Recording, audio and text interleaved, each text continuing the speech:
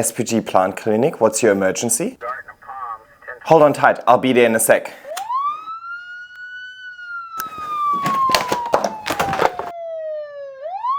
Hey everybody and welcome back to my YouTube channel. Dr. SPG here, and I just had an emergency call from Tim. Tim is the recipient of all of my spare plants. So any propagations or anything that I grow for a project or the bottom parts of my chop and extends and so on usually end up at Tim's place. And today he asked me to come over to have a look at all of the plants, assess whether they're healthy or not, assess if they need something like an extension, a repot, and just in general give him a few tips on what he can do better to improve his plant game. So I thought I'll take you along. Dr. SPG, don't worry, I brought the SPG emergency supply. Let's get on top of your plants.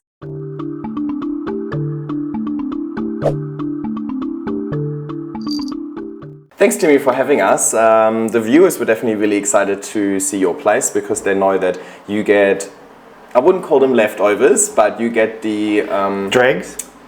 Duplicates. Duplicates. Okay, duplicates. So okay, yeah, okay. You know, okay. I do have a lot of duplicates Yeah. and bottom parts of the chop and extends, and Tim has a lot of space. I think I've given you a decent head start with your plant collection, right? You didn't have to start all the way from scratch, but because you didn't have that learning curve, I'd say, I've probably given you a lot of plants, and I mean, I forced you to watch all of my YouTube videos, so you should have plenty of knowledge, but I suppose you didn't really have that learning curve because I just gave you all of these fairly big established plants already. So and I can only listen to you talk so much, right? Exactly. So eventually it goes in one ear and out the other. Thanks.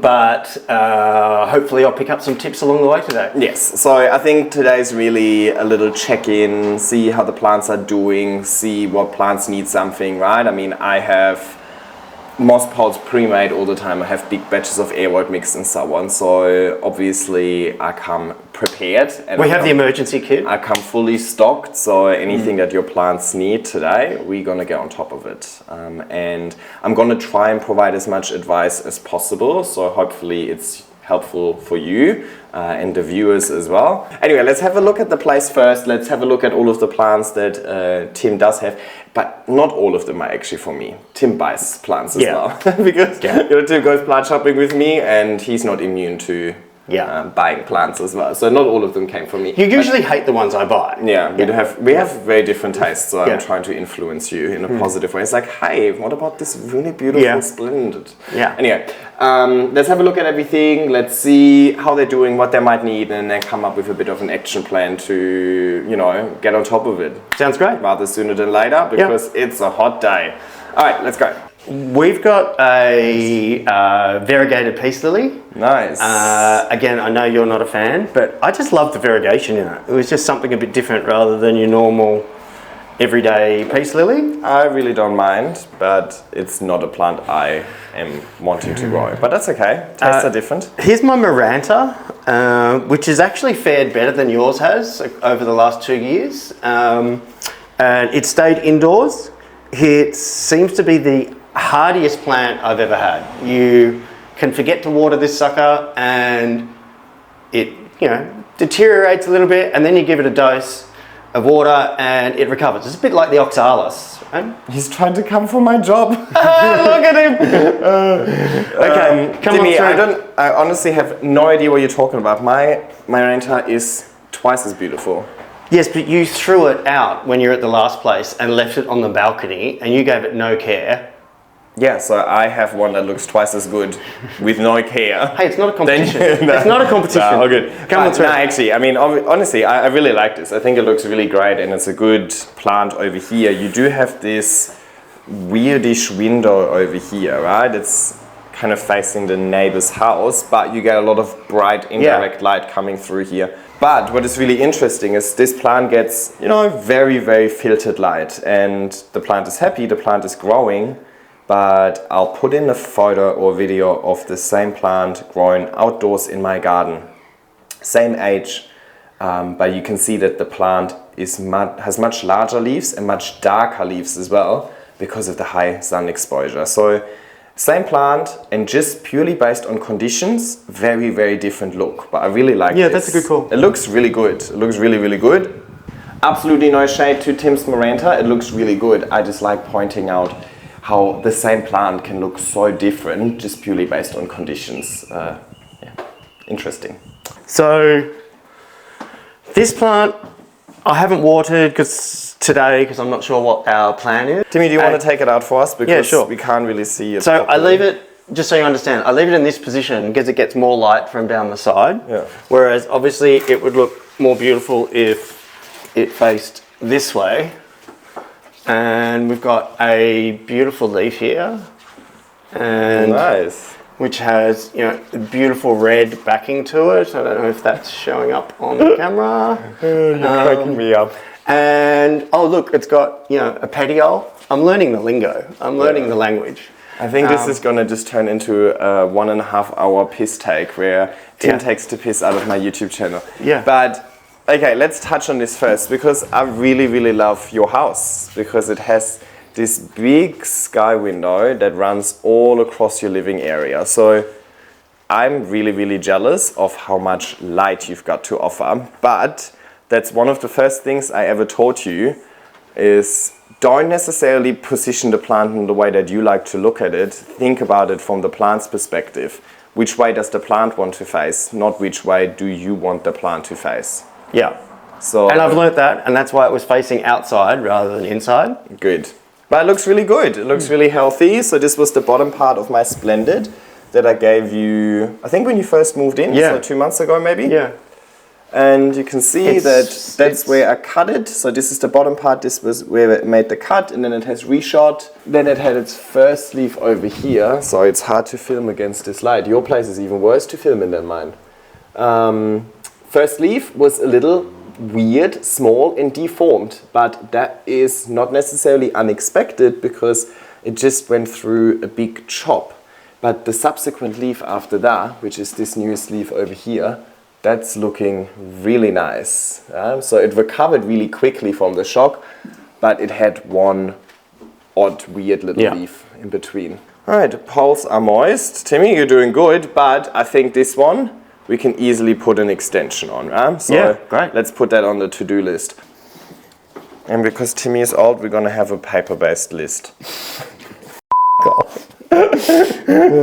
Guys, don't take things too seriously in today's video, because we don't. Next, what's next? So this is my favourite baby of all time. Yes. This is my variegated Monstera. Nice. Notice the position. Look at her. I don't get the beauty of it because I'm trying to take account of the light for it to grow, and it's actually going brilliantly. I don't know if you can see here, but this is the newest leaf and it's very white. I'm nervous about it. Look, I can see some green there. Yeah. See, you can see. Yeah. I reckon the second half will be green. So Okay. it's just one half that will be white. Okay.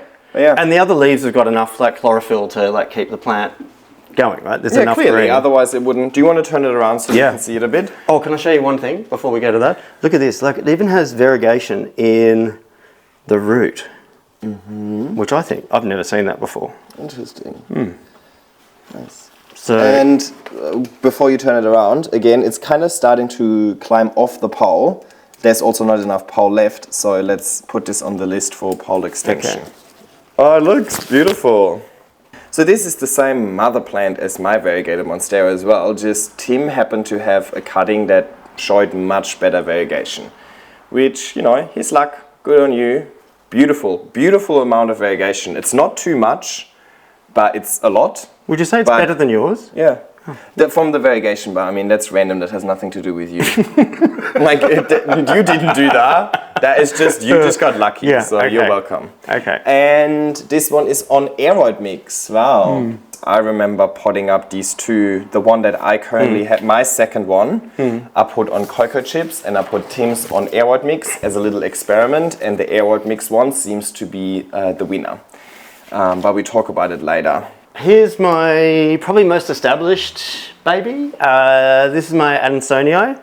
Originally I had it, it was in a smaller form. Yeah. And then I had to move house and you looked after it for a while. Gave it obviously a bit more care than it had been getting. And you actually remember to water things. So, but since you've given it... Is that the one I gave you for your birthday like 3 years ago? Yes. Ah, okay. Given the height restriction, I obviously can't do a pole extension, so... But it doesn't need it yet, right? No, so we could do a chop and extend if it reached it, but it looks good. We can have a closer look at it later, but let's move through because you're even worse with talking than me.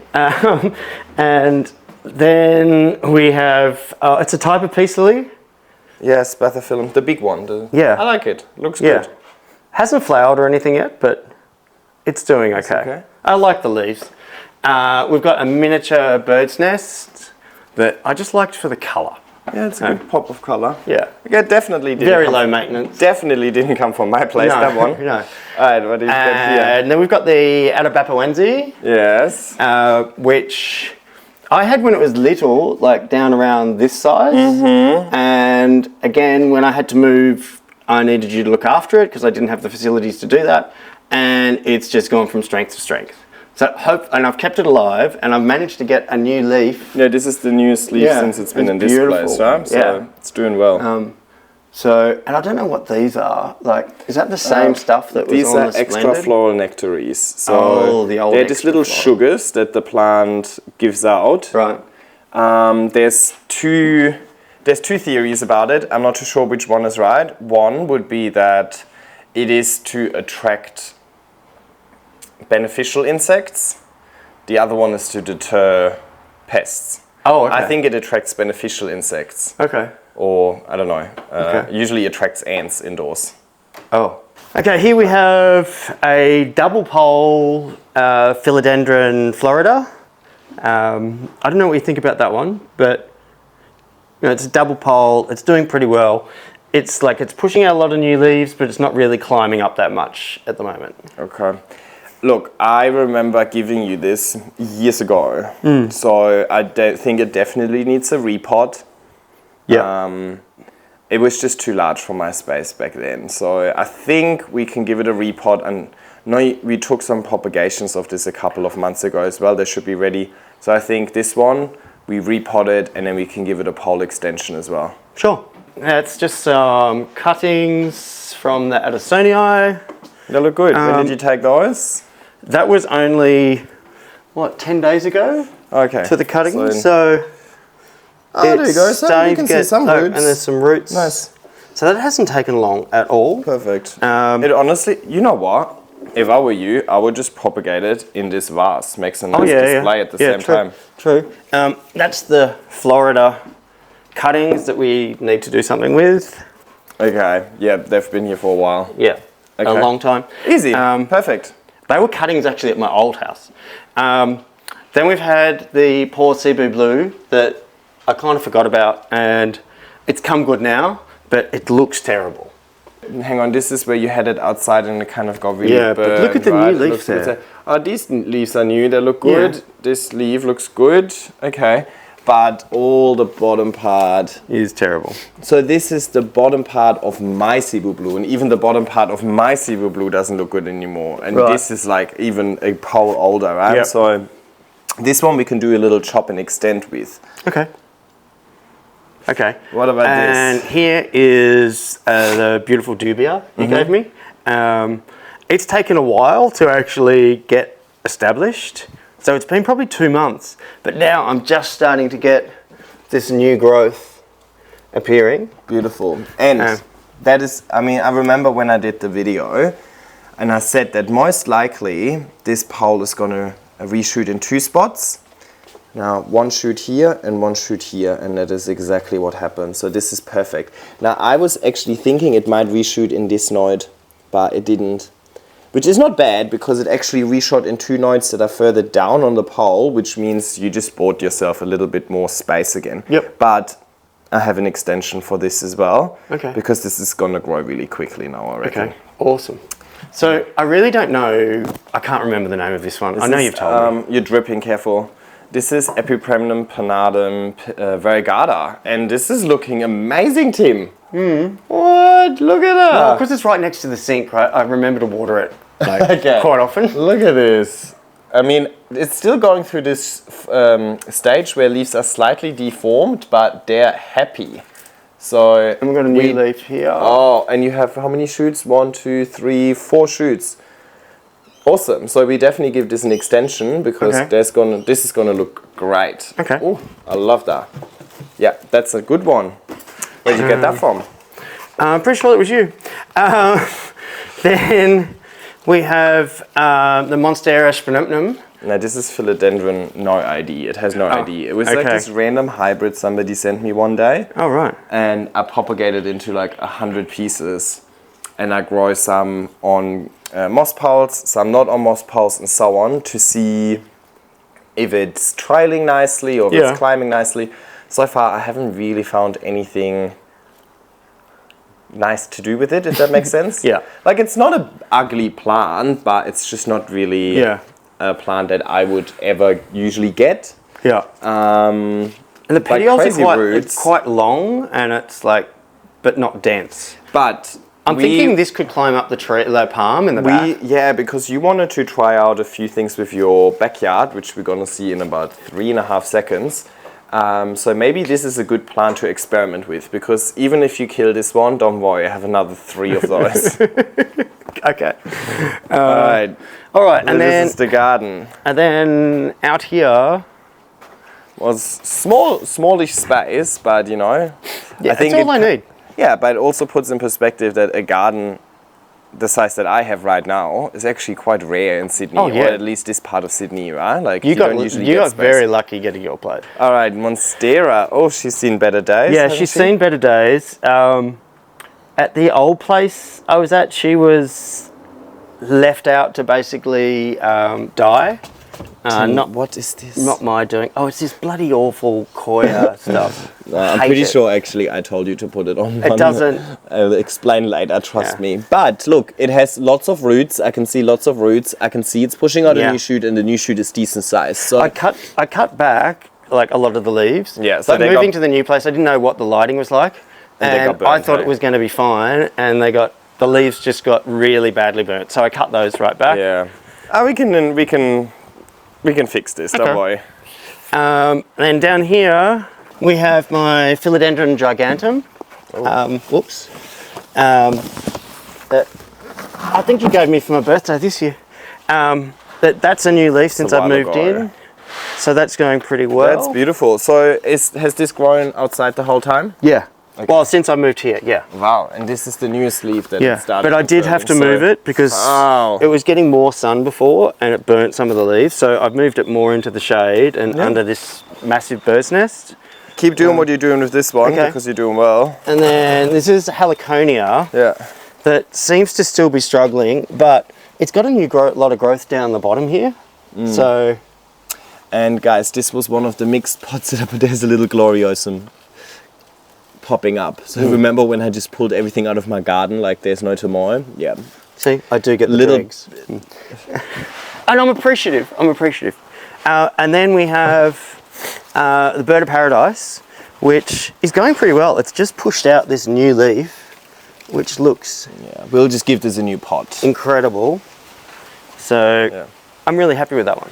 And what have you got hanging there on the palm tree? So this you didn't put this there, right? This one? Yeah. The bird's nest. No, that was here. What I did do was cut it back because it was taking up so much space. Wow, look at that. This has been here for a while, huh? If you look at it on the top, like it's just got leaves everywhere. It's really happy with the spot. Nice. All right, Timmy, we're overheating out here. It's a hot day. Let's go back inside. There's still a few plants in the bathroom left, right? Oh yeah, true. So we've got what used to be a cutting of the Ansonii. I've had that for probably 9 months, and I just got lucky finding a right spot for it in here. It loves the moisture. Definitely needs a repot, right? Yeah. Really small pot. I remember potting that up probably a year and a half ago, or 2 years ago. And then in this corner, we have the variegated Syngonium. And I was very proud of myself. I managed to do this pole extension myself. And it's flourishing in here. It really loves it. So why did you call me if you can do it by yourself? You've got all the skills. Because you basically prepped it for me, so I just had to stick it on. Yeah, no, good. Just kidding. But it's looking really good. This is really nice, and I love the variegation that it's showing. Looks beautiful. Yeah. And the benefit in here is I actually have a skylight, so it gets really good light. Yeah. Like That's filtered. awesome. It Filtered looks light. great. Looks great on camera too. Yeah. And then there's this. I know you weren't a fan when I bought it, and I'm probably less of a fan now too, because I don't quite know, you know. I really where like it now. I think it looks great here. Would it go well in the garden, do you think? No, keep it right here. It looks perfect. Okay. I love it. I don't even Okay. know its name, but Actually, I love it. I think I bought this one from AJ. Yes, we did Yeah. at the tiny house competition Yeah. So, with the fern. yeah. Alrighty, so we need to update our to-do list and then let's get right into it. Alrighty, we set up a little station. We've decided to go inside because you can probably still hear them. The cicadas outside are crazy. I can hardly understand what Timmy's saying. And it's really hot outside as well. So I think we're better off inside today, but it might get a little messy. Sorry. Yeah, that's fine. Price you pay. Exactly. All right. So I thought let's just go through these plants as we saw them, and let's just get on top of them and see what we need to fix. So first Sounds like a things plan. first, we've got the Splendid over here. So we had a decent look at the Splendid earlier, and it's happy. I don't think we really need to fix anything else. I do want to look into the potting mix because it doesn't look the best, and I know it's been a bit older. Right? Yeah. I'm pretty sure I didn't repot this before I gave it to you. Yeah. But despite whatever's happening in the pot, the plant is obviously happy. But we need to also give her an extension. Yeah. Okay. Let's do it. So she goes on the floor. Because, hang on, maybe put her in here. So I think one of the things that I've noticed in general when I do my plant care, it's really important to be organized. It's really important to have all of the right materials. And I mean, I came with a truckload of stuff, right? Because I just have, luckily I have all of these things available, but not having the right materials, not having the right stuff available is usually what stops people from doing the maintenance that they should be doing. That's why it's always easier to do stuff at your place, because you've got all the equipment. Yeah, it's not like you don't know what to do. Yeah. You're just lazy. No, you just want. I just don't have 7 buckets of different substrates. You just on want to hand. take advantage of, your supplies, basically. Exactly, Yeah. which I have everything in bulk. So let's have a look at this. So I'll let you do most of it, Okay. maybe, and I'll just kind of. So we're gonna. Oh, and guys, don't mind me being on the phone. I'm actually just going to film a little bit of like close-up footage, and I'm gonna overlay it so you guys see what's going on as well. And in between that, it'll probably be on Instagram. Maybe. Yeah. All right. So I think first thing, take out the pot. So what I always do is I pick it up again. I'll just go from the edge. Okay. There you go, and then shake it up a bit. Perfect. All right, let's assess the root health over here. I like to just gently pull on roots, and if they come off, then they're not super healthy. Usually you can tell by the color as well. These ones look okay, but not flourishing. it's not bad. But there's probably a hell of a lot of roots within the pot. Exactly. Right? The majority of the root system is within the pole over here, right? So because the pole is an extension of the pot. the other thing I do as well is I like to smell the mix. It doesn't smell bad. That's just weird. Smell it? Oh, Like it yeah, smells- it smells like garden.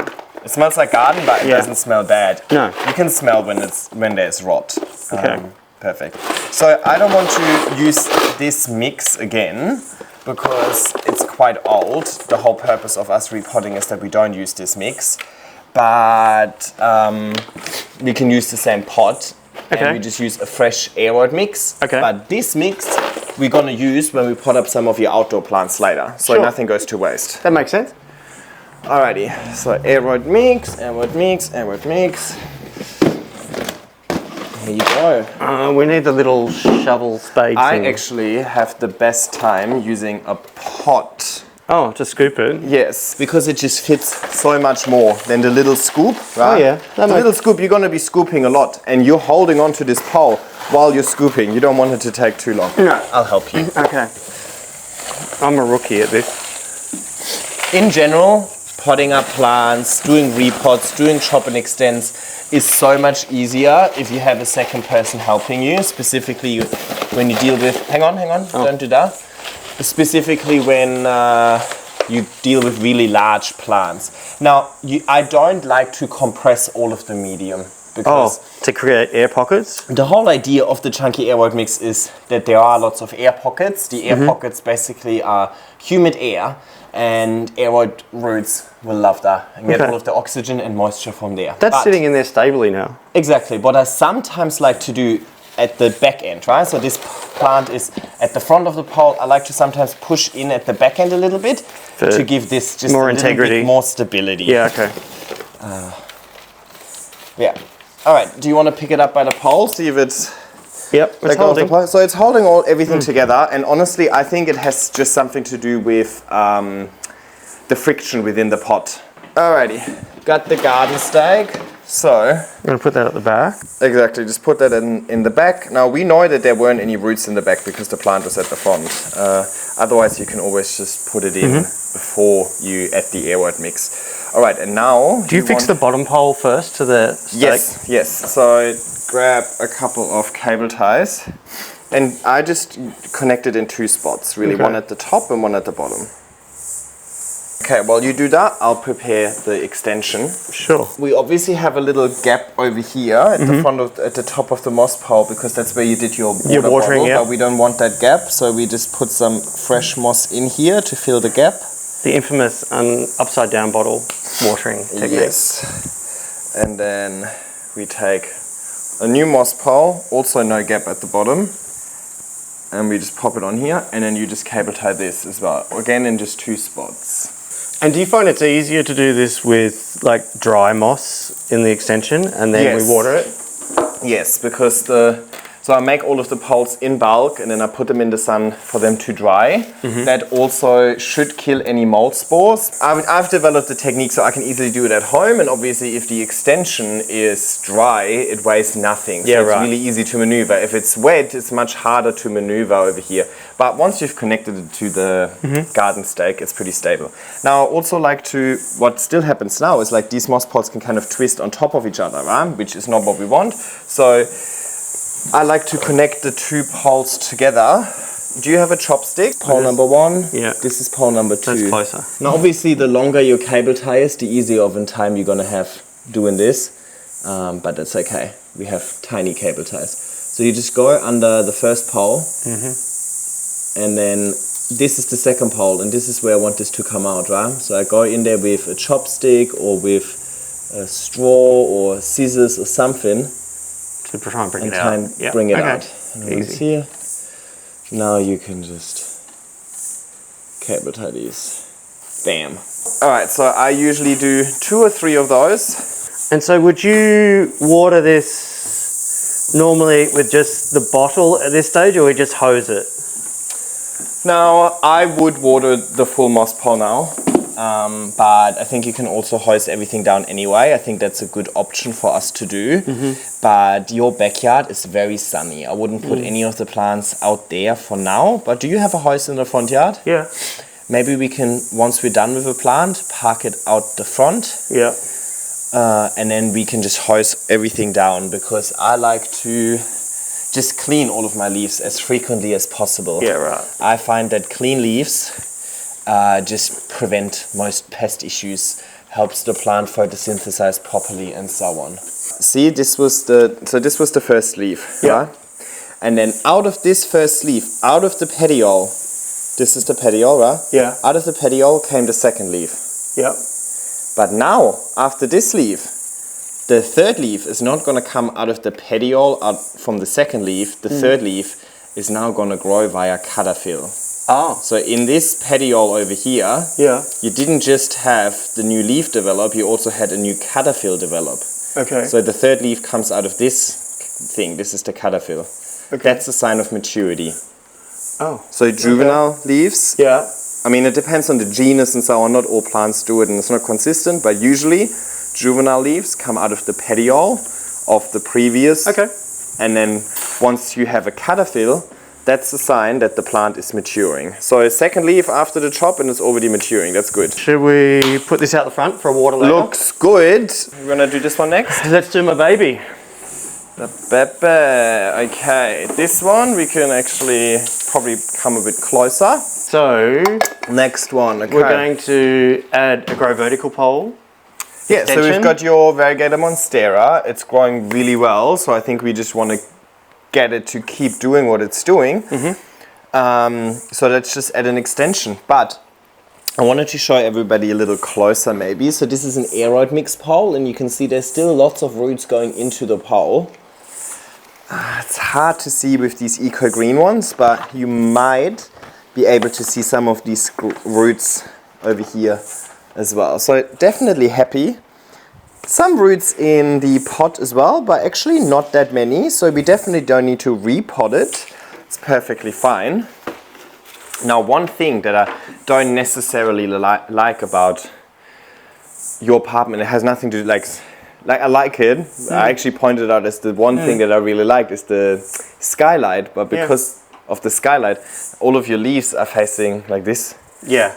Like from a camera's perspective, your plant actually looks really empty. Yeah, but it's actually really nice. So that is one of the reasons why, even when I sometimes have decent natural light, I like to supplement with another grow light, with a grow light that comes from the front, so that the leaves face the front as well. But I mean, you have beautiful natural light. It's tough based on the setup. But all I'm saying is, like, when I would choose plants for this sort of setup, I think a plant like this, which is normally not necessarily something I'd grow, I think the growth pattern of this plant works really well with the light exposure that you've got here. Okay.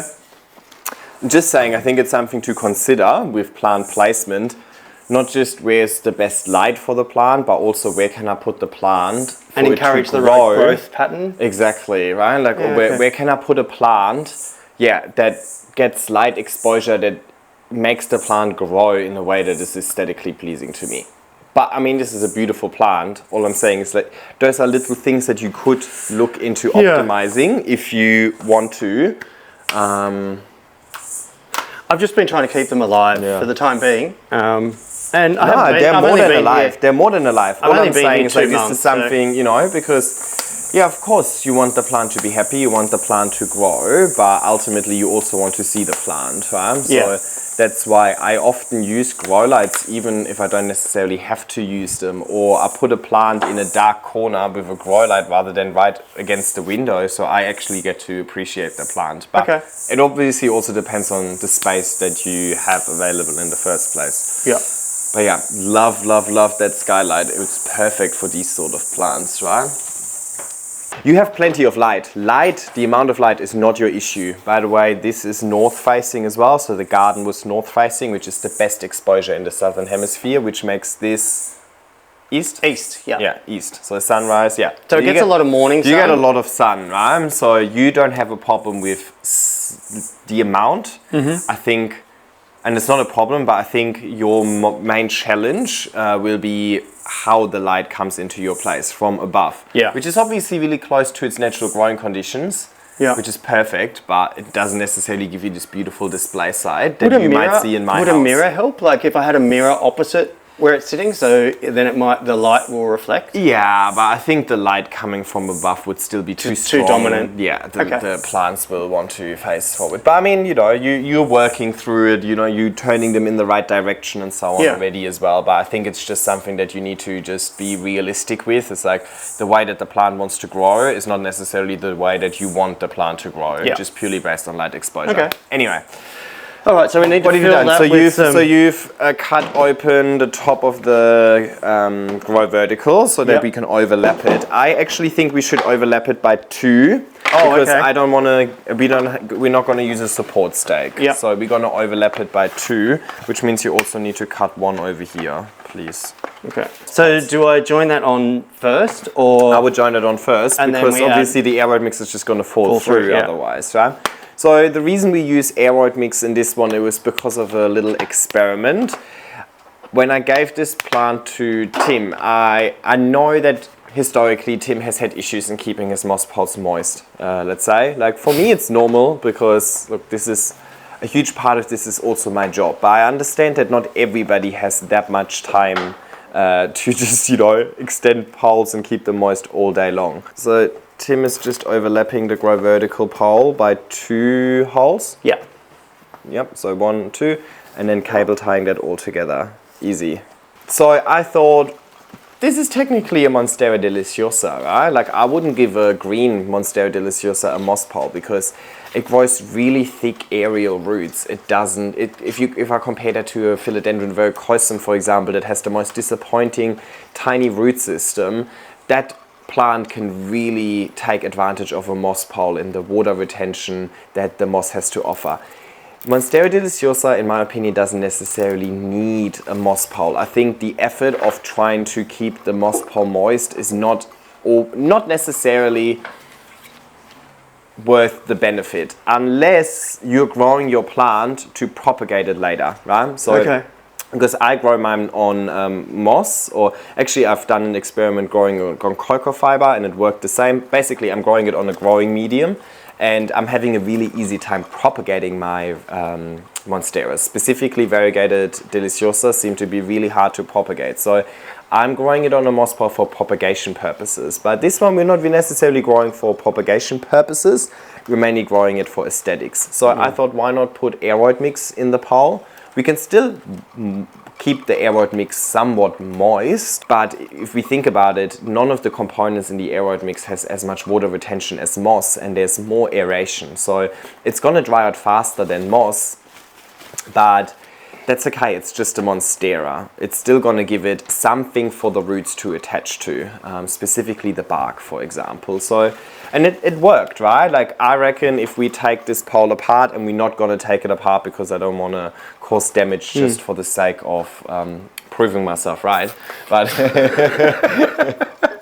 but if we take if we take this apart, there would not be as many roots in here that are in the moss pole one, because the moss pole I would have kept consistently moist. 100% sure about that. Okay. Even my cocoa fiber pole, I tried my very best to keep it moist, and I'm gonna open it up in a couple of weeks' time to see how many roots there are. But just judging by the roots, I can see kind of through here. It has rooted, but it's not a crazy root system like you would see with a moss pole, for example. So why don't we put this down in the tub?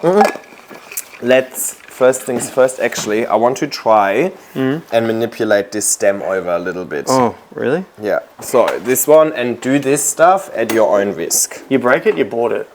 Alrighty, so the problem you see over here is that we were a little late to the moss pole extension and the plant has already grown off the pole. Now, there's no point in giving an extension if the plant then is growing off the extension, right? So our main priority over here is to get this plant back into position. And the reason why it kind of went off the moss pole was because of light exposure, right? Light is coming from here. I saw you had this positioned like this, kind of. Yep. So obviously the plant is slowly going to start growing this way. So it's going to always try and grow towards the light. Unless it's too much light, then it's going to grow again in the opposite direction. So we need to get this back in the center. Now, I usually like to use a coated wire. The thicker the coated wire is, the better, because it's going to be less stress on the actual thing. Oh, okay. You can also use twine. So I think we just really gently... Hold that there, like that? Yeah. And this is, again, much easier with two people. And I don't know if you can see what we're doing, but basically we're just pulling it over. And then with the wire mesh, I just need to anchor the wire mesh somewhere. And well, guess what? We have a grid. So I can just use the grid of the moss pole to kind of anchor this somewhere. Hang on. I'll show you a close up in a sec. And now I just need to gently pull, and that's it. I don't want to do too much. If you can't get it back onto the moss pole in just one go without risking the plant from snapping, then do a little bit now. Come back next week, do it again, and also do it before you water the plant, while the plant is dehydrated, so that it's just a little more forgiving. Oh, right. Once you just watered it, everything is really like perky and things just See, I would have thought it'd be the other way around. No, it snaps. It's got more flexibility if it's like wet, but okay. No, okay.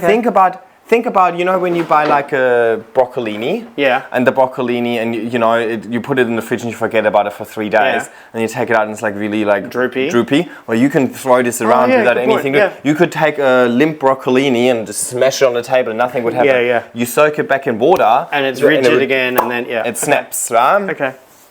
But we got it. So I'll just show you close up. See how I got the wire over here and then I just connected it to the grid mesh to move it over. And are we using this mix? Yes. Now I do have two different aeroid mixes over here. One has a little bit more tree fern fiber in it, and tree fern fiber is the water retentive part of my aeroid mix. And that's the part that I want to use for the moss pole.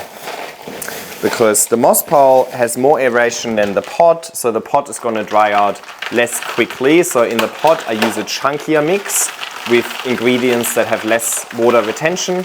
Inside the pole I use still a chunky mix but with more aeration. Okay. And I think that's enough because we don't have all too much mix. I'd rather be conservative. Okay. And we can always top it up great. later. Right? That looks really good. But that looks really good.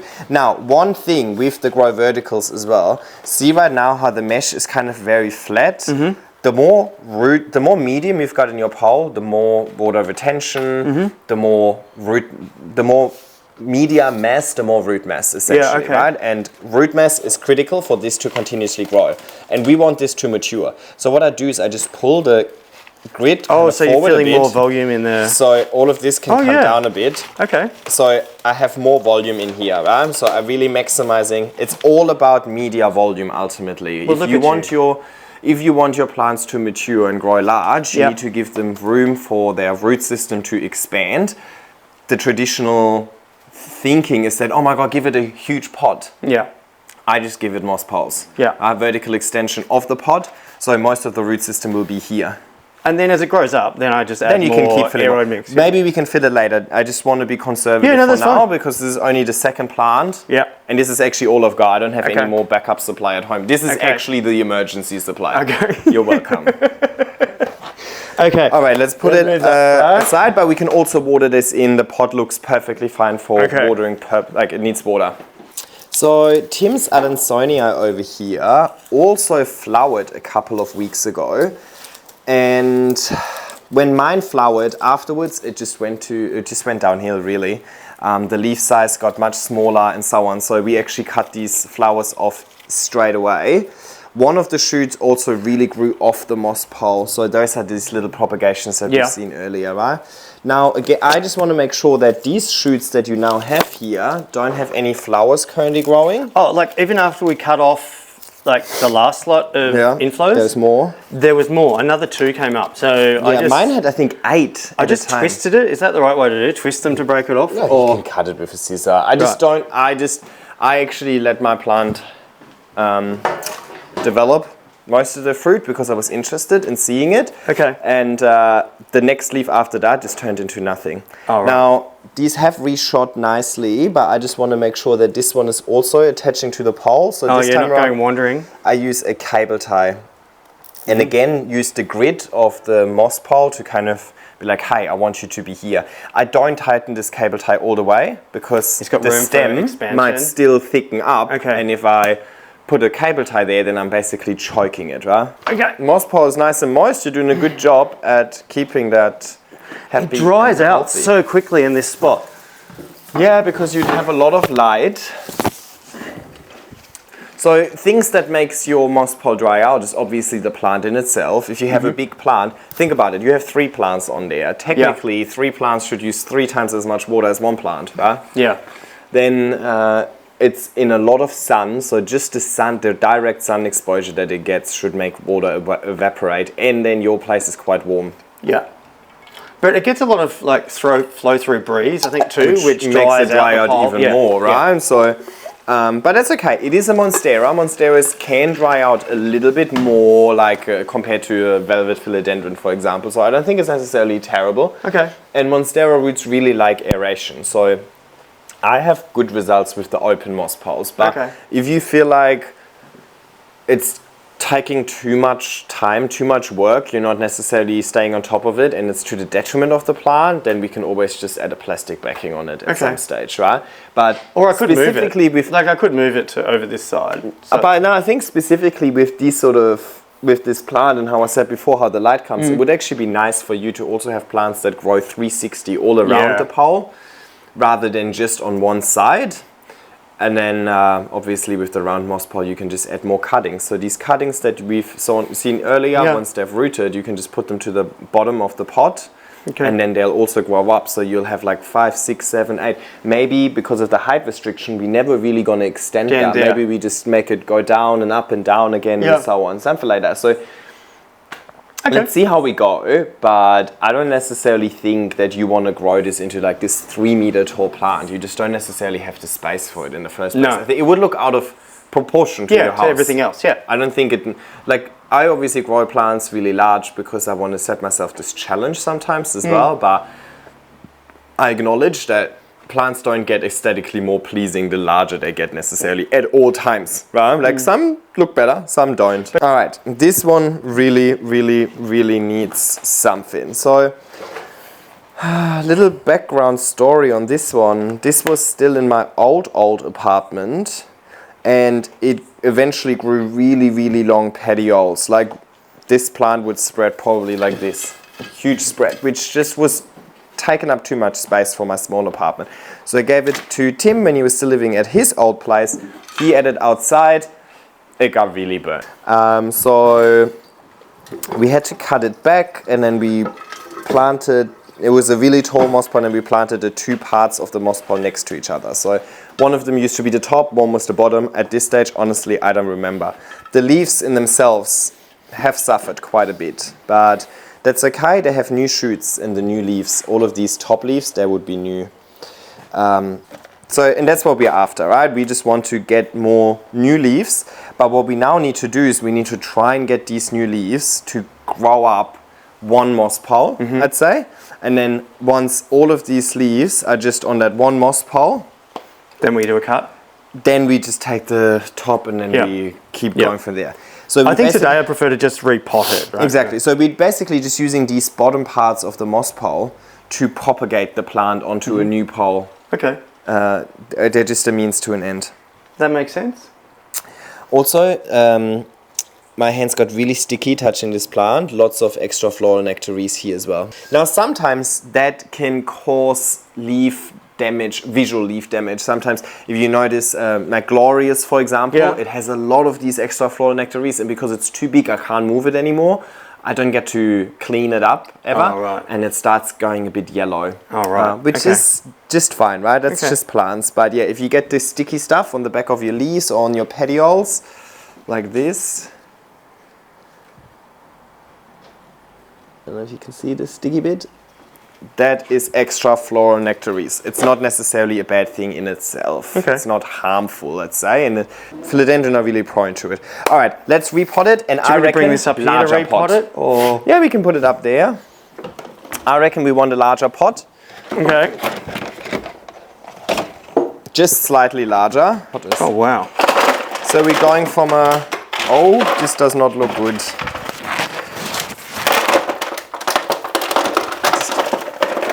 Have a look at these roots. See how brown and yucky they are, and when I pull on them, right, yeah, that is definitely root rot. So we don't want this medium. Oh my god, what is this? Is this a snail or is this a what? This? What is this?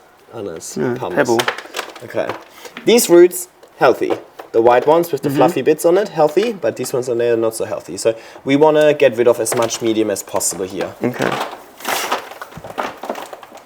And we do not want to reuse this medium because root rot is caused by bacteria and that can just spread. Just get rid of everything that you can. I'm trying. I probably shouldn't have watered it first, should I, today? Yeah. In general, I feel like you might have let that sit in a bit of water every now and then, Yeah. And there's, because that moss at the bottom over here is very, very moist. So I'm also going to try and empty as much moss as possible from the bottom part of the pole. The average consensus on the internet is that we should really sterilize this, I think, because it's root rot, it's bacteria. Do I wash it in water or under the tap? Well, that's not necessarily sterilizing it. I personally do nothing. Okay. And I haven't really had all too many issues with it. But that is doing it at their own risk. I think what do people use for it? I don't even remember. I think there are some root rot killer things. Okay. AJ is trialing something actually. I need to ask her how she's going with this. but I just like to get rid of as much root rot as I can, and then I kind of just move on. And we're going to put this in general, I'm not a very careful person, you know. I'm not very like super duper careful. I think you say you're not, but you are actually very detailed. No, but I'm not super careful. Like there's people that sterilize the scissor in between every plant. There's people there's people that don't make leaves of plants touch so the pests can't jump.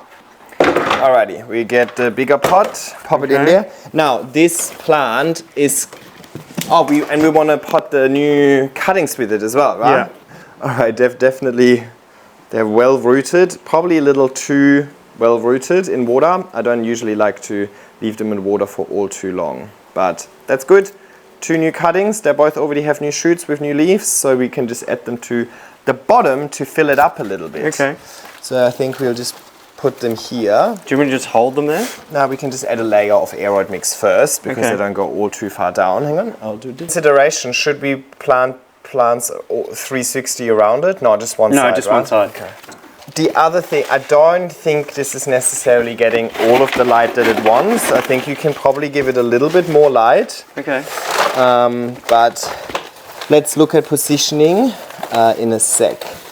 Alrighty, so this one has kind of roots 360 around the node, so there isn't a clear side that should be facing the moss pole. So I don't think it really matters in this instance, but I feel like this would work for now.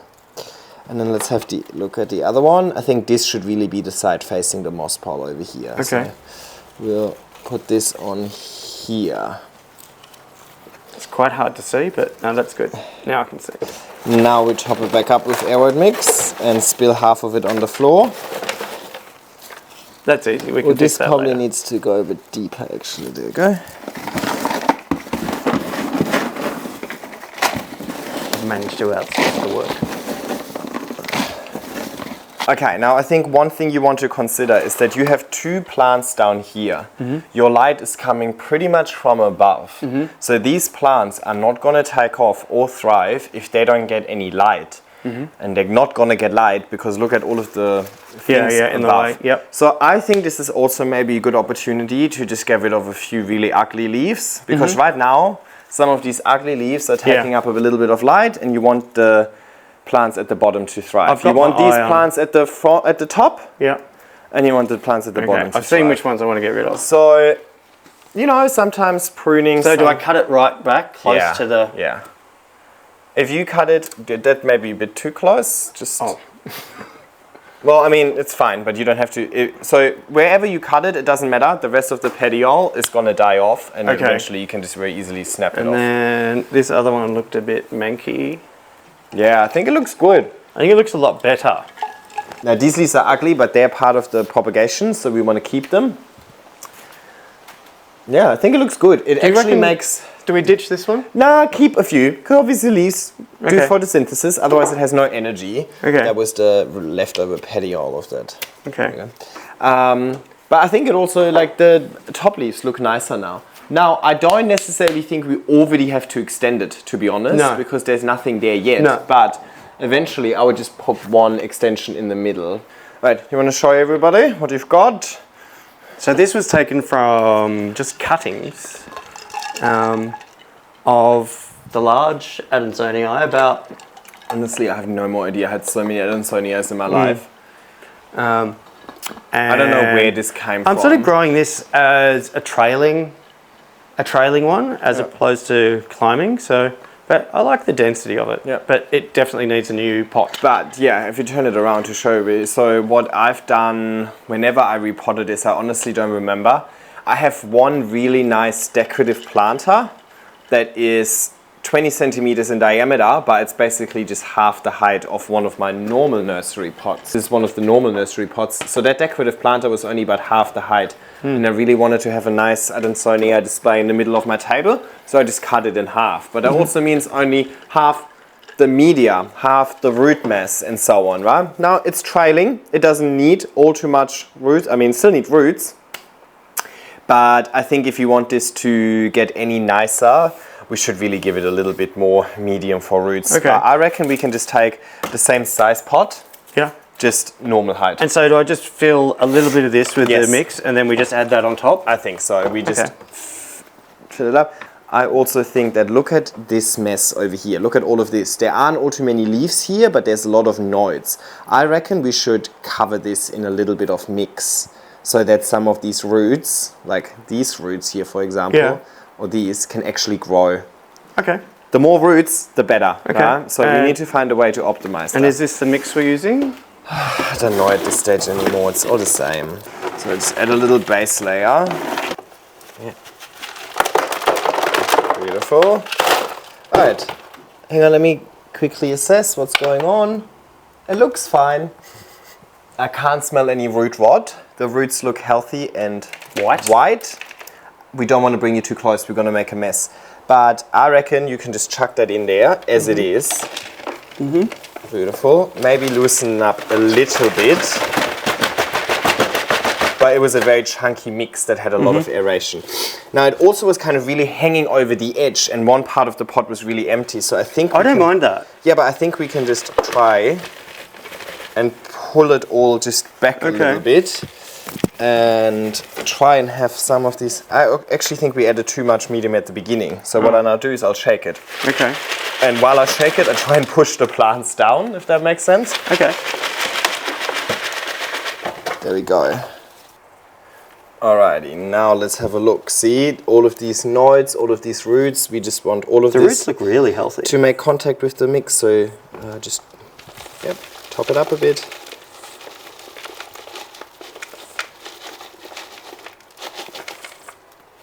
Beauty.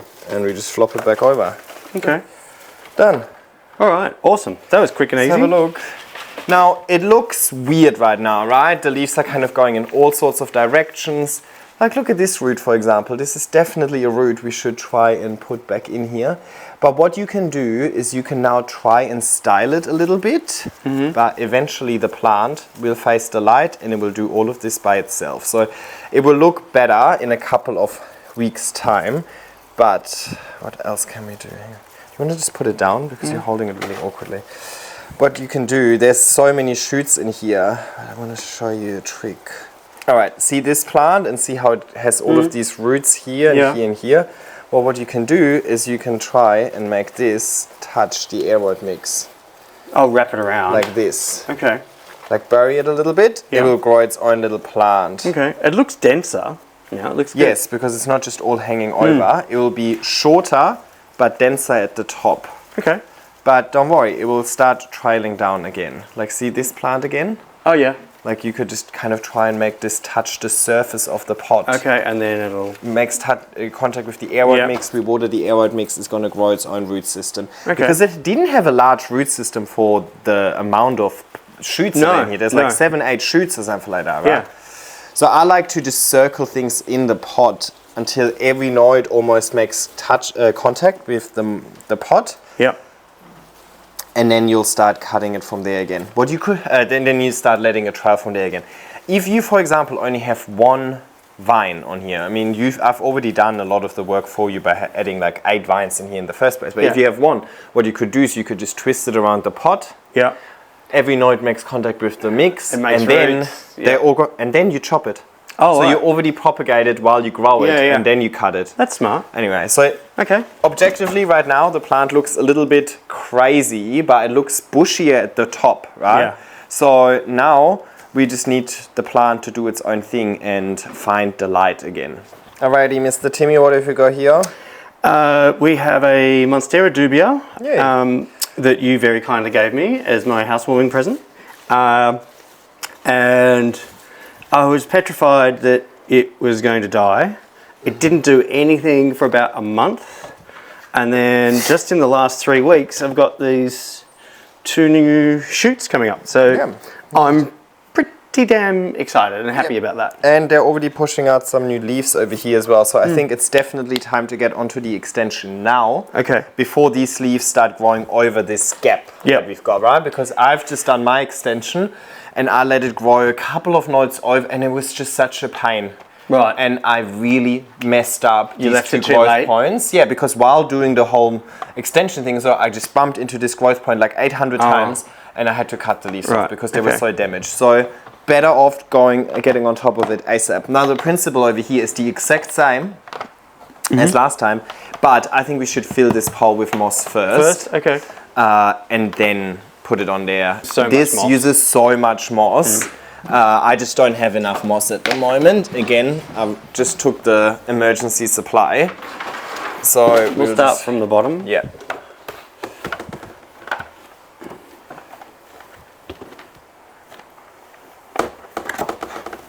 So I think till like here maybe. Okay. Let's see. What was I talking about? I was saying, yeah, so you don't need to stuff too much moss in here. Otherwise don't compact it too tightly. Otherwise it loses all of its aeration. Okay. Honestly, these poles take so much medium. Okay, so we do need to cut one more at the bottom over here. Yeah. Okay, this is so much better with 2 people because it's really hard to get at least the first couple of zip ties in here. But basically all we're doing is we're overlapping the top pole with the bottom pole by 4 cable ties. Just trying to get it in the right spot. Okay. Just be careful with the new shoot. That's why you do it before they grow too large.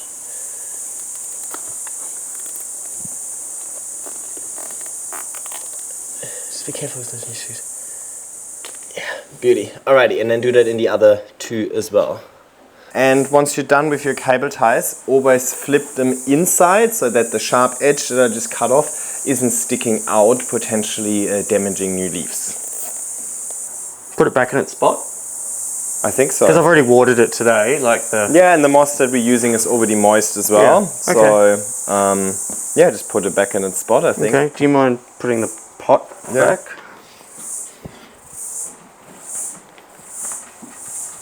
Alrighty, let's look into this because this is actually like an emergency. Whee!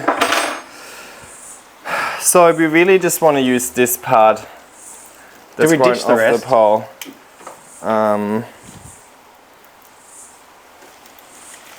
Like, do we just take some cuttings off this where we can and then ditch the rest because it's empty? I have an idea. What we're going to do is, and this one we don't really need. I reckon we just chop this pole here. Okay. The whole pole. Okay. Yeah, that's probably a good call. And honestly, with this one, I'm not all too fast. I'm just gonna chop it. Can't really do much more damage to this, so I just try my best. There you go. Alrighty. Oh, it's a baby moss pole. I reckon what we can do with this is we can just plant this in the ground, in a corner in your garden, and see if any of these shoots will find their way onto the fence. Yeah, good call. But I'm not going to do any damage control here. Okay. But technically, there are roots here, right? There's roots, there's stem, there's everything. So it has everything that it needs. Yeah, I just feel like it's going to take a while to make this look pretty again. So let's just give up. Oh, well, we're not giving up. We are just... Are we going to put this in a little putting pot? it in the garden.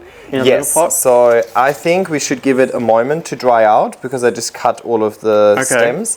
But while we're doing that, I just want to get rid of some of the really ugly leaves that are kind of like... offending you?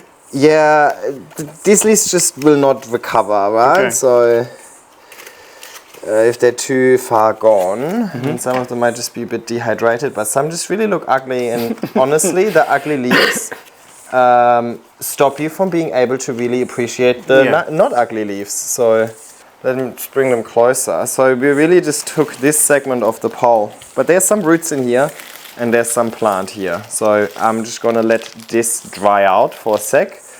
And then we How long should we let it dry out for? Just until we're ready. But that doesn't help me. Like a day or... Like you can do a day, you could do longer, you could do 2 hours, you can do... Okay. We just do however long we've got later. Okay. So we leave that to dry out now. Yeah, just let's put this on the side. Sometimes I don't let it dry out at all and it's still fine. Okay. Let's take the epipremnum. Now, there's 2 options. Usually when I extend a moss pole, and we need to extend this, usually when I extend a moss pole, I like to give it a larger pot at the same time, just so it gives it a little more stability. Careful, you're dripping. It is kind of, not root bound, but I would love to repot this anyway. Okay. So let's just repot. Let's see it. 10 centimetre Let's pot? look at the root system. No, not 10. The question is if we keep the same pot or if we give it a larger one. Okay. Oh yeah, big time. Yeah.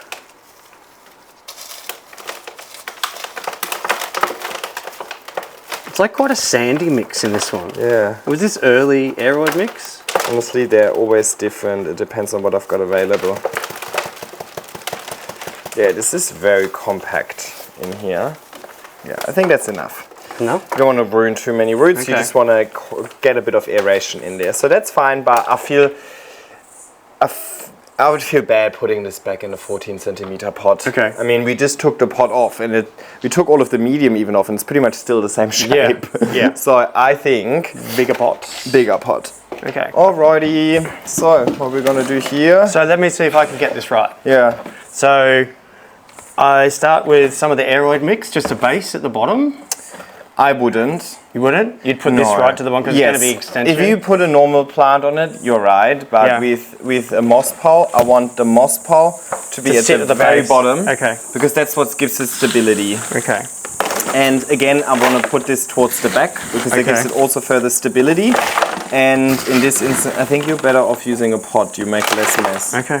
And all of the leaves are just facing one way because of the plastic backing, right? Nothing faces the back way. So we know it's going to get front heavy eventually anyway.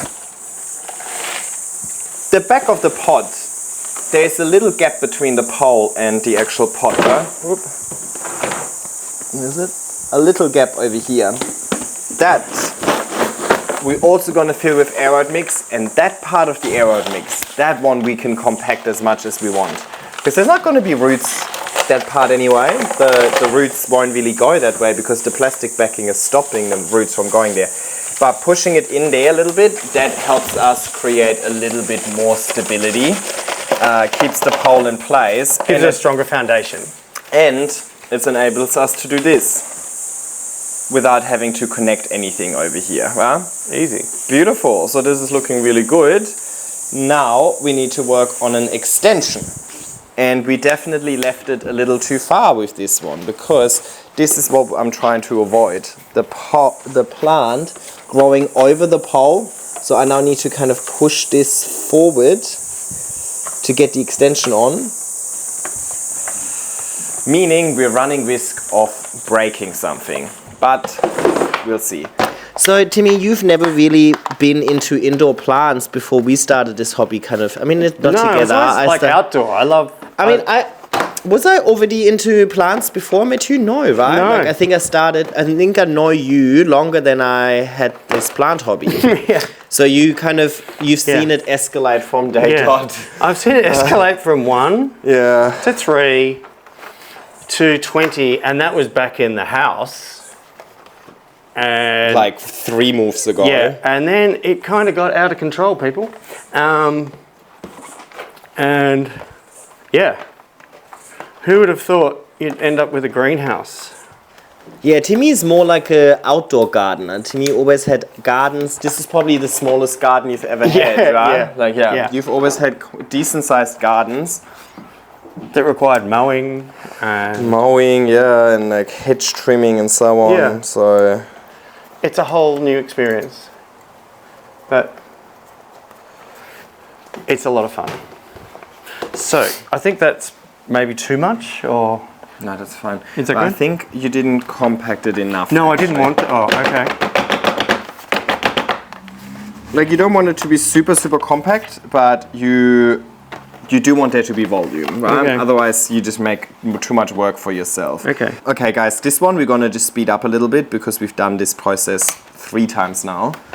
You don't need to watch us a 4th time. So let's just. Maybe go grab yourself a coffee. Do you want me to show you how to do a transition? Okay, I'll show you how to do a transition. Okay. So you stand here. No, we're not doing transition. Yeah, no, you don't. I teach you. Yeah. It will be amazing. So Yeah. you need to make sure that the plant is staying in the same spot Yeah. and that you're staying in the same spot. Yeah. So for example, say like I line up my foot with the edge of the Yeah. carpet and then I stand like an idiot. Yeah. So Okay. that Yeah. one I remember. Yeah. And you have to plant. You've got that down to a fine art. You have to plant in the same spot, and then you go, Okay. or like whatever you want to do, Yeah. and you just need to make sure that whatever you do, you can do Same- twice. okay. Right? So don't Yeah. do something that you like that is so complicated that you won't remember your choreography Okay. next time. So Okay. I think this one is a good one, like this or snap, or you can jump, Yeah. or whatever Okay. you want to do. Yeah. Okay. Or not You jack just- back. No, No, maybe not. no. Okay. And then let's see if it works. Okay. I'm not holding it, right? Oh, we need to put this out as well. This is gonna. Yeah. This one's gonna mess with the illusion. Okay. Okay. Well, that didn't work. Do it again. Do it again. Do it again.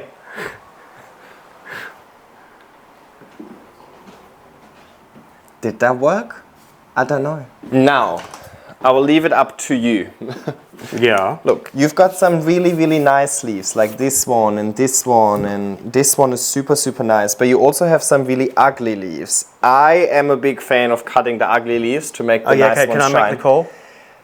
Plus, we haven't induced all too much shock to No. this plant, right? Hang on one sec. Actually, I want to push this a bit backwards. We haven't induced all too much shock here, right? We didn't cut the actual plant. Yes, we repotted it, but we didn't disturb the root system all too much. So I think the plant can handle it. If we would have given this a chop and extend, or like a more, then I would have probably been, I would be more conservative with it. But I think just a few ugly ones. This one is definitely ugly. It's just actually going to make the plant, you're just cutting the new growth plant. It's just going to make the plant look a bit better. Yeah. Okay. What you can also do is you don't need to cut the whole leaf sometimes. You can also just cut parts of a leaf. If to like look a, manky. hang on, yeah, this one's manky. If like a corner is really brown or something like that, I have no hesitation in cutting it I'll off. take this Specifically with variegated plants, the variegated part might actually just deteriorate much quicker. Anyway, this is perfect. It's going to look great. so good. But again, see how there's not much kind of facing the side. Everything is facing both sides. That's because you had it Against like the wall. against the wall here with Yeah. one window here and one Yeah. window here. So this leaf wants to face this window, this window.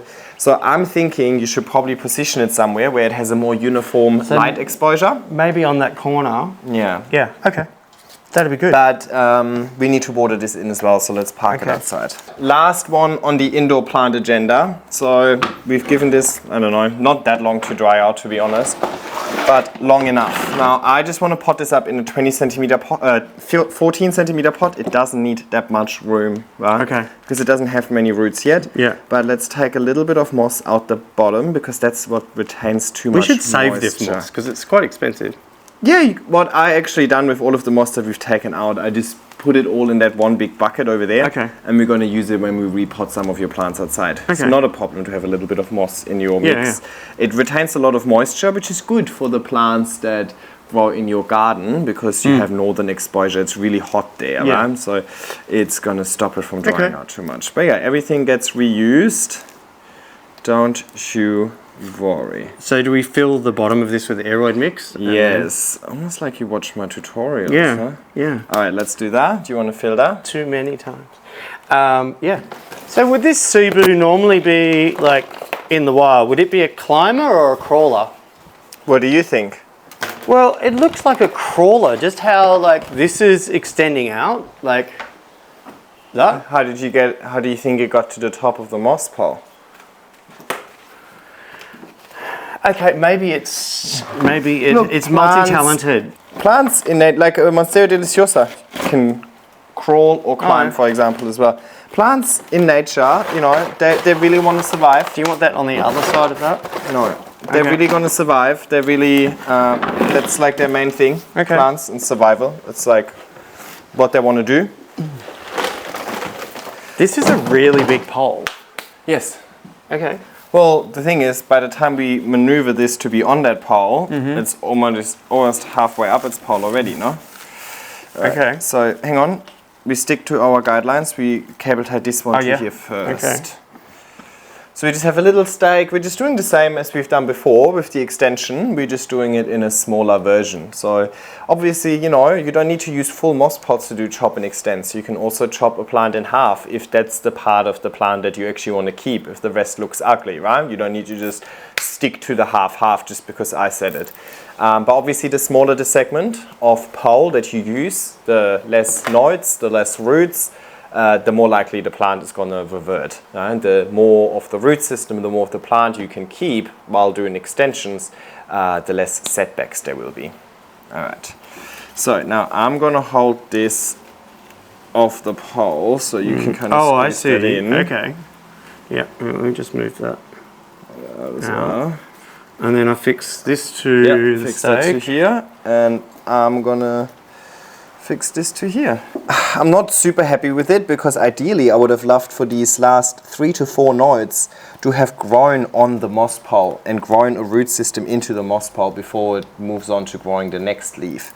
But, well, it's too late for that. But you know what I mean? The plant is already here now. Look, it's already halfway up its pole, but it hasn't attached to the pole. Yeah.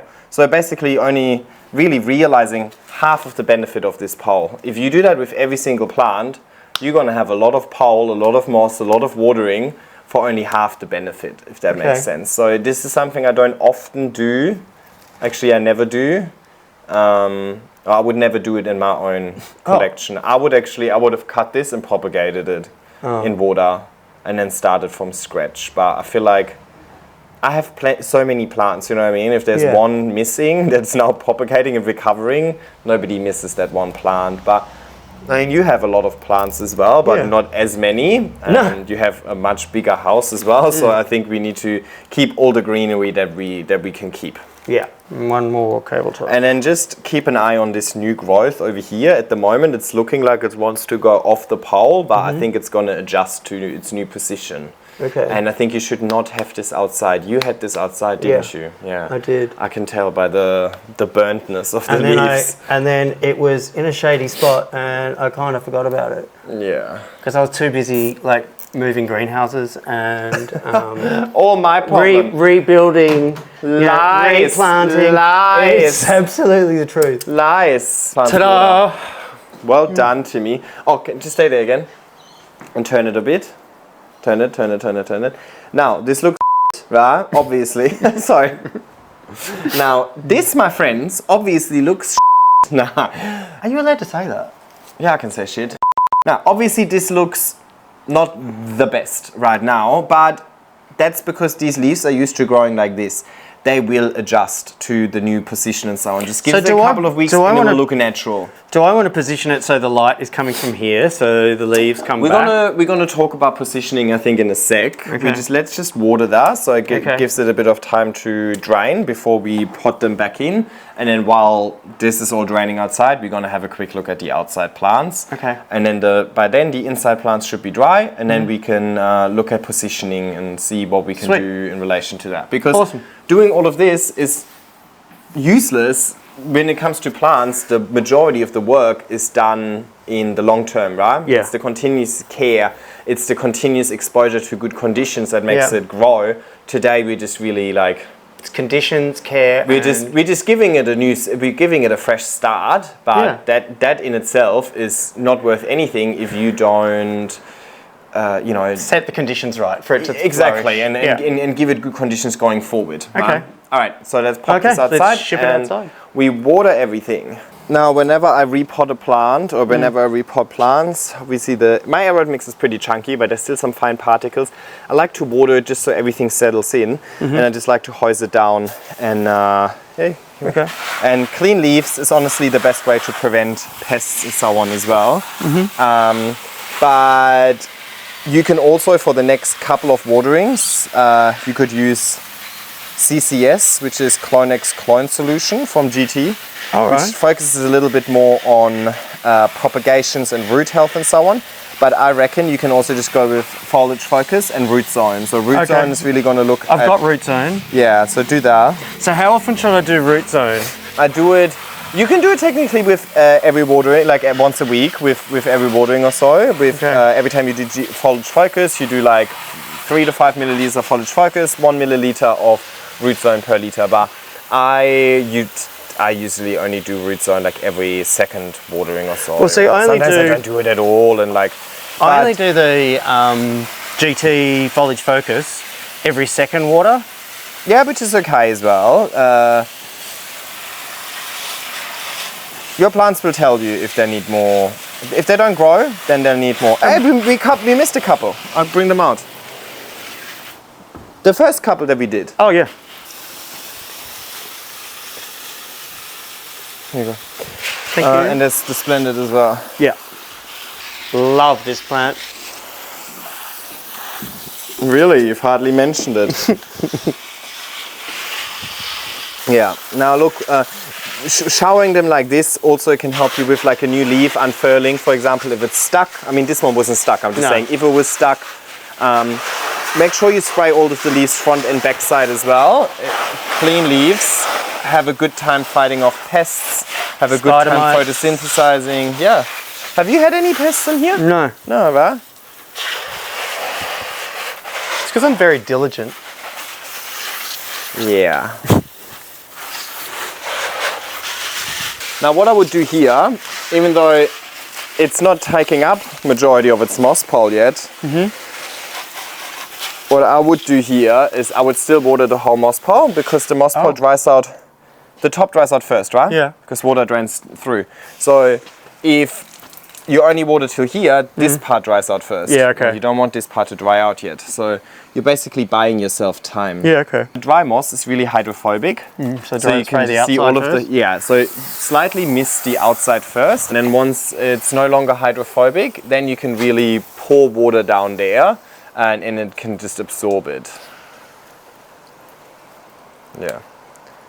All right, so I think first things first, what we really should be doing is we should be mixing a big bag of mix. So we already have all of our leftover air-out mix. Maybe use the, yeah. So we got some premium potting mix at Bunnings. Now these premium potting mixes I don't like to use indoors because they often come with fungus nets, fungal issues and so on already within them because of the way that they're stored. It's moist and it's been in a plastic bag, right? So there was no aeration. So I don't like to use them indoors because it's just a really safe way of getting a fungus nets infestation indoors. But given that we plant all of these, given that we are working with outdoor plants over here, this is perfectly fine. A really inexpensive way of getting a lot of medium really quickly. But this is not necessarily good enough, not to my liking. So I've got a big bag of perlite there as well, Timmy, if you just want to add a little bit of perlite in there. And I've got some slow release fertilizer because a lot of the watering outside is going to be done by Mother Nature and or the hose. So we're not necessarily going to be as diligent with providing nutrients as we are indoors. Is that enough? And heaps more. Hang on, should really wear a mask with this. Don't breathe. Stop. We should be wearing a mask. Do you have a mask? Not that I know where it is. Okay. Don't do as we... Do as we say, not as we do. Alrighty, and then we had this amazing company called Simply Good Pots sponsoring some pots for Timmy as well. They're the same pots that I use in my courtyard as well. They're super lightweight, which is great, but they come in really nice large sizes. So I think we've got... There's a great range of sizes, and I just like how simple and elegant they are. You use some of them indoors already, yeah. So I think I saw you at Ansonia and so on. So I think we've got, what is this? This is 50, 40... I think you used the 30 inside already. Hang on. Here's another. Oh, that's the 30, and then we've got the small one, which is 20 centimeters. Perfect. So we've got a variety of sizes, and it's really nice to create little displays. So I like the rule of threes. I like to have 3 pots kind of create a nice little display. So let's have a look at which plants need repotting, and then what size pot we choose for them. Now this one I already repotted when I took everything out of my garden when I moved, right? I think that one's fine. So I'm just topping that up a little bit because I did a poor job when I repotted it. To just give it a little bit more medium, but I think apart from that, this is all good to go.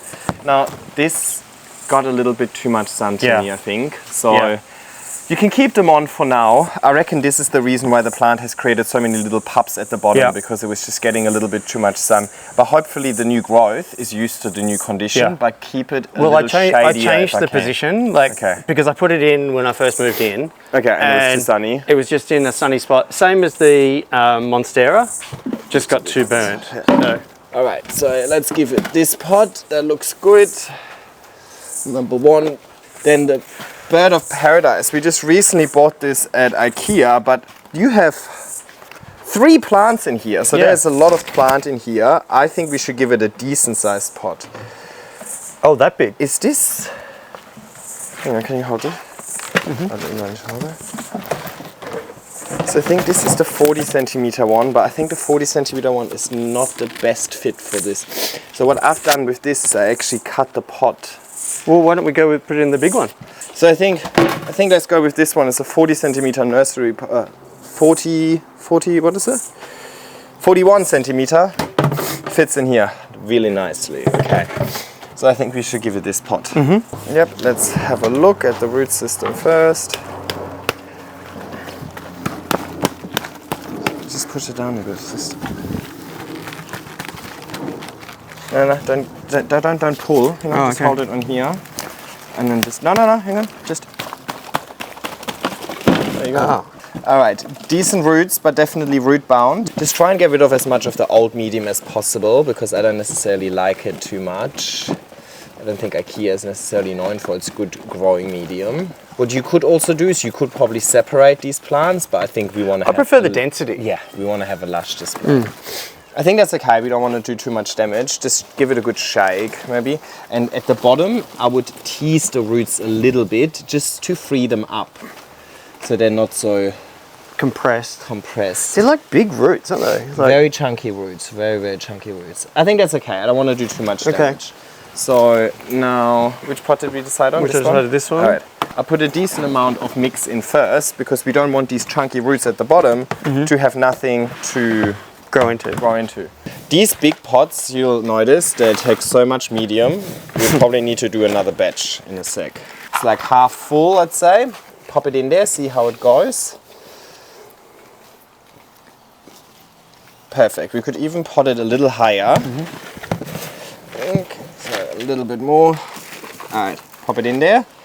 Beautiful. Yeah, that's and now a good we just top it up. And because there's already slow release fertilizer mixed in, you don't need to do the GT Foliage Focus, but every now and then, if you want to, give it a boost. I think so. Okay. The GT Foliage Focus is just really good if you want to get nice leaves.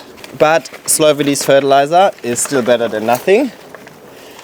And I know what it's like these days to have a garden and not really get on top of fertilizing the plants outside and or the greenhouse as much as I probably It's sort of should. like a once or twice a year thing, whereas the indoor plants you always have to think of the nutrients. Yes. Like, well, but if you stay on top of the nutrients, your plants, it will show. Huh? Okay. Beautiful. You can cut some of these older ugly leaves off as well, but I would actually just give it a bit of time to settle in. Right. And you should see a lot of growth really quickly, I think. Now this plant, have you ever repotted that since we got it? No. I think it's time. Okay. It's grown so nicely, looks really healthy, huge, right? But I think if you want to see more growth, it's time to... Yep. Yeah. Yeah, I find that to work really well. Okay. Yes. I watered it, so it's very wet. Yes. But the roots look healthy. Just because the medium is wet doesn't mean that the roots are unhealthy. Okay, so should I start putting some in the bottom? Yeah, put some in the bottom. Technically, we could also reuse this mix, I think. Yeah. But we don't have to. What we can do is you have a little bit of a garden bed over there that needs topping up anyway. So why don't we just chuck it in there? Okay. Do you reckon that's enough? Have a look. Perfect. Okay. I think maybe a little more.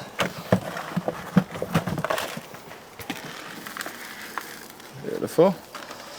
Pop that in here and just fill it up. So again, we didn't give it that much more space. We could have probably gone a number up, but you know what? We don't actually have a nursery pot that would fit it. We already gave the big nursery pot away. That's okay, we can just do it again at the beginning of spring next year maybe. Love it. All right, we parked that on the side as well. What else do we have? So do you want me to take this out now? And Yeah.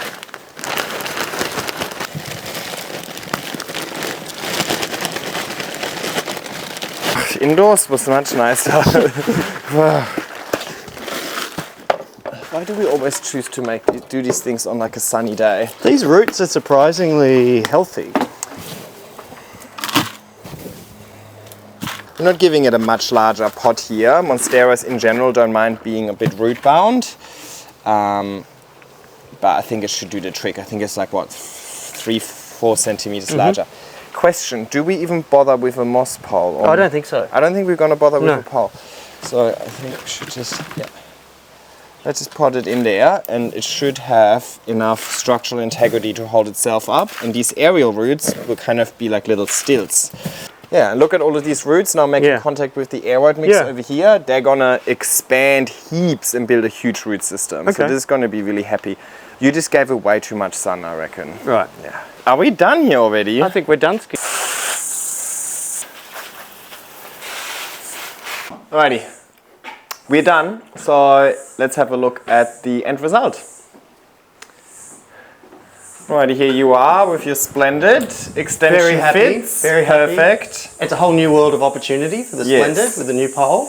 But we're going to turn it around, right? We are. I think so, yeah. So I mean, this is obviously the nice display side, but realistically, to make it grow, make the leaves face the light.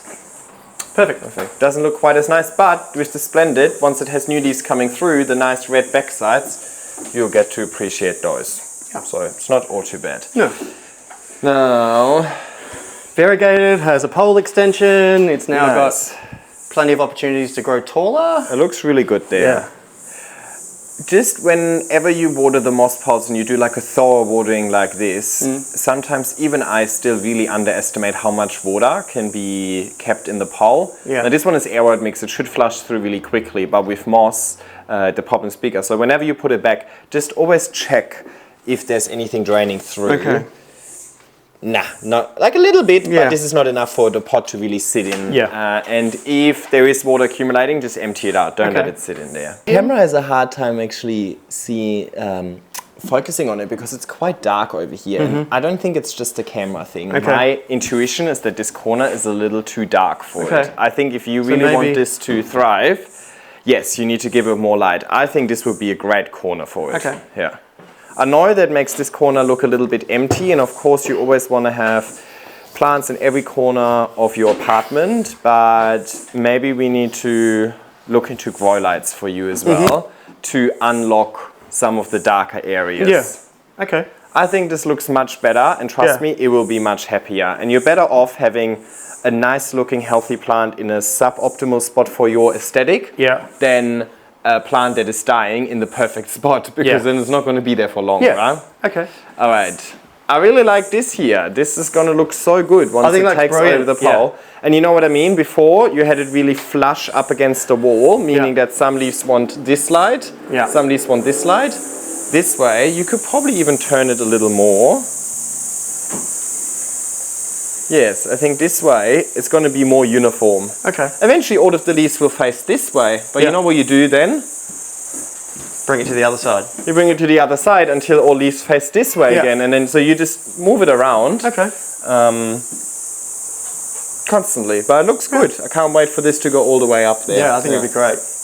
But also notice that there's less light all the way here. Yeah. Because obviously that's where the window finishes. So eventually as it grows up, you might need to consider taking it off the countertop and putting it on the floor so it gets better light. Better lighting. Okay. And what have we got here? We've got the Dubia extension. Yeah. And we have the Cebu Blue remodeled. Yes. Perfect. It's called deconstructed Cebu Blue, really. I mean, they have a good spot, but they really need to start growing a bit, right? But that's okay. That Rome wasn't built in a day. Okay. And then out here is the little display of plants. It looks quite sunny here right now. Yeah. So just keep an eye on this. I'm not too sure if this is maybe too much sun for it, but it looks really good. And the 3 pots. Is that better? Yeah, a bit. But the 3 pots together looks really good. Yeah, grouped together. I really like them. Yeah, really nice. They're just simple and elegant. And then over here we've got the Monstera. It also needs to fill in a little bit, but this should be shaded by this tree above. So all good. Well, thank you, Timmy. Thanks for calling Dr. SPG. Yeah. Did I resolve your emergency? You did. You Yeah? did. Yeah. Good. There's some that are still in triage, Yeah. and we'll just have to wait and see how they go. Nice. But definitely, I feel more confident now. I've had my lecture about lighting, so I need to think about. It wasn't a positioning. lecture. No, I was just saying, you know. Yeah, it was just friendly advice. So you're getting much better at Yeah. actually positioning the plants in the way that the plants would like it, not the way that you initially like it from an aesthetic perspective, correct. right? And that's a big mistake I see with a lot of people that start off. They're like, oh, I have this corner in my apartment. I really want a plant there.